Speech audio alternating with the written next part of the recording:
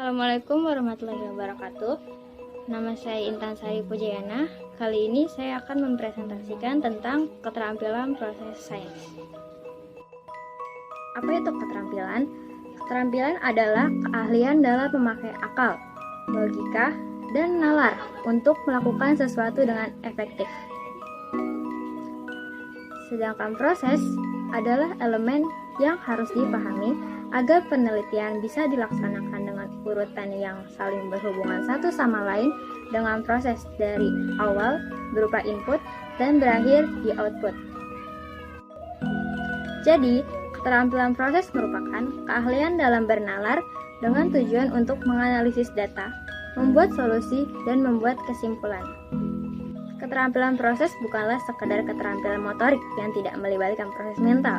Pada saat siswa sedang melakukan keterampilan proses, misalnya mengamati, siswa sesungguhnya bukan hanya memperhatikan objek dengan inderanya, tetapi juga menghubungkan apa yang sedang diamati dengan apa yang telah diketahuinya.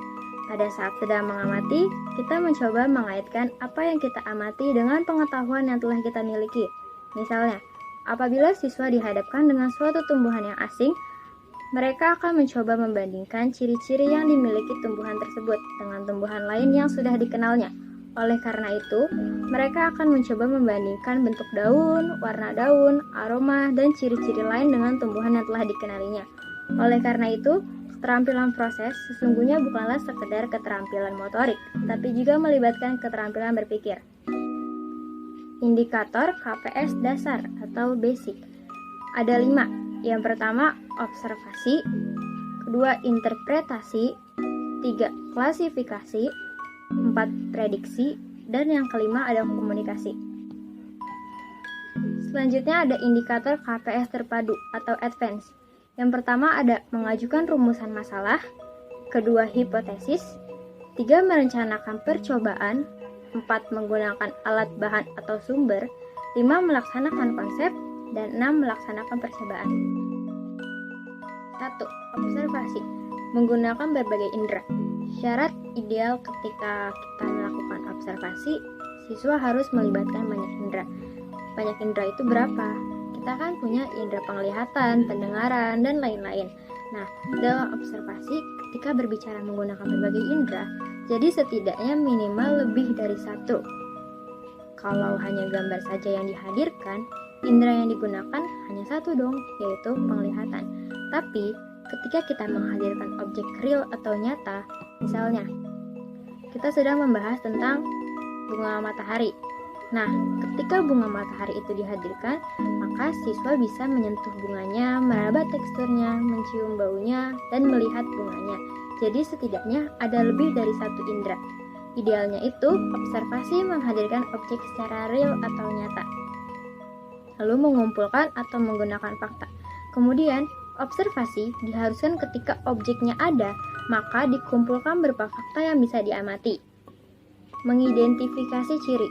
Kemudian, ciri-cirinya bisa diidentifikasi.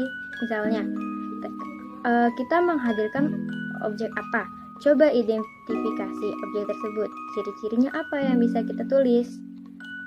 Terus, tugasnya berupa aktivitas dengan objek asli. Tadi sudah dijelaskan.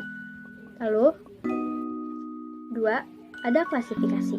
Klasifikasi itu kayak mencatat setiap pengamatan, mencari persamaan dan perbedaan, mengontraskan ciri. Jadi ibaratnya klasifikasi itu memilih dan memilah objek tersebut.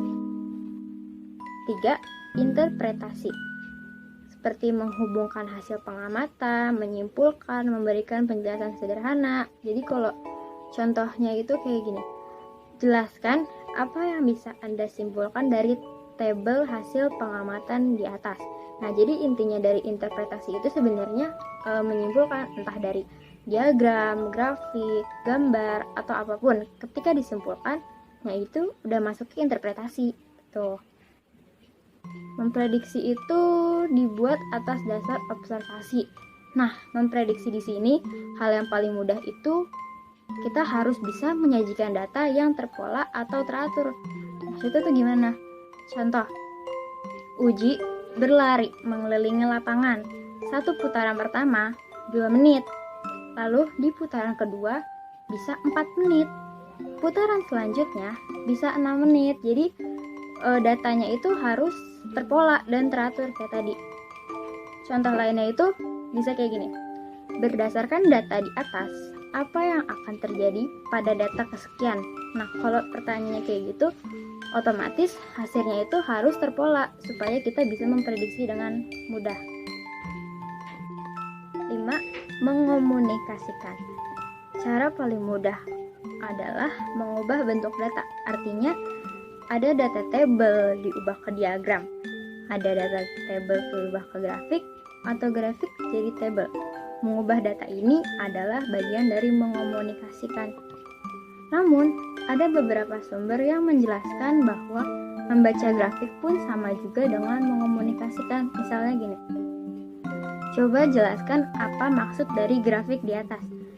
Nah, kayak gitu tuh ada yang bilang udah termasuk mengomunikasikan. Cuma, saya khawatir ketika siswa membaca grafik, siswa itu bukannya mengomunikasikan, malah menyimpulkan. Kalau siswa menyimpulkan, ini tuh masuknya ke indikator interpretasi sebetulnya.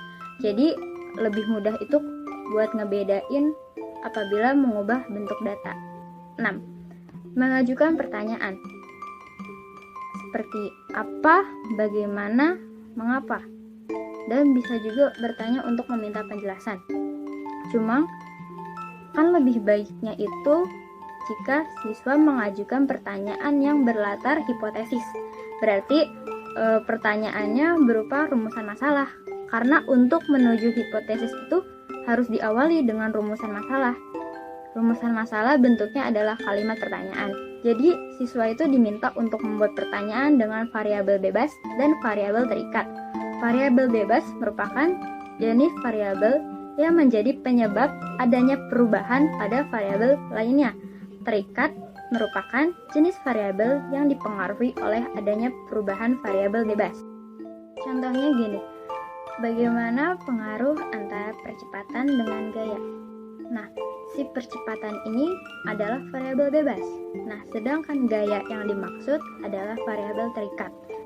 Yang ketujuh, mengajukan hipotesis atau mengajukan perkiraan penyebab suatu hal. Ketika membuat hipotesis, artinya kita sedang memberikan jawaban sementara terhadap rumusan masalah yang dibuat sebelumnya di indikator mengajukan pertanyaan. Jadi, intinya hipotesis ini mampu menjawab rumusan masalah. 8. Ada merencanakan percobaan. Seperti merancang sebuah prosedur di mana harus merencanakan alat, bahan, langkah-langkahnya seperti apa. 9. Ada menggunakan alat dan bahan sumber. 10. Menerapkan konsep. 11. Melaksanakan percobaan. Jadi, kita harus membuat beberapa konsep terlebih dahulu sebelum kita melaksanakan percobaan. Ketika konsep tersebut sudah matang, baru kita bisa melaksanakan percobaan tersebut. Seperti itu. Cukup sekian penjelasan dari saya. Kurang lebihnya mohon maaf. Assalamualaikum warahmatullahi wabarakatuh.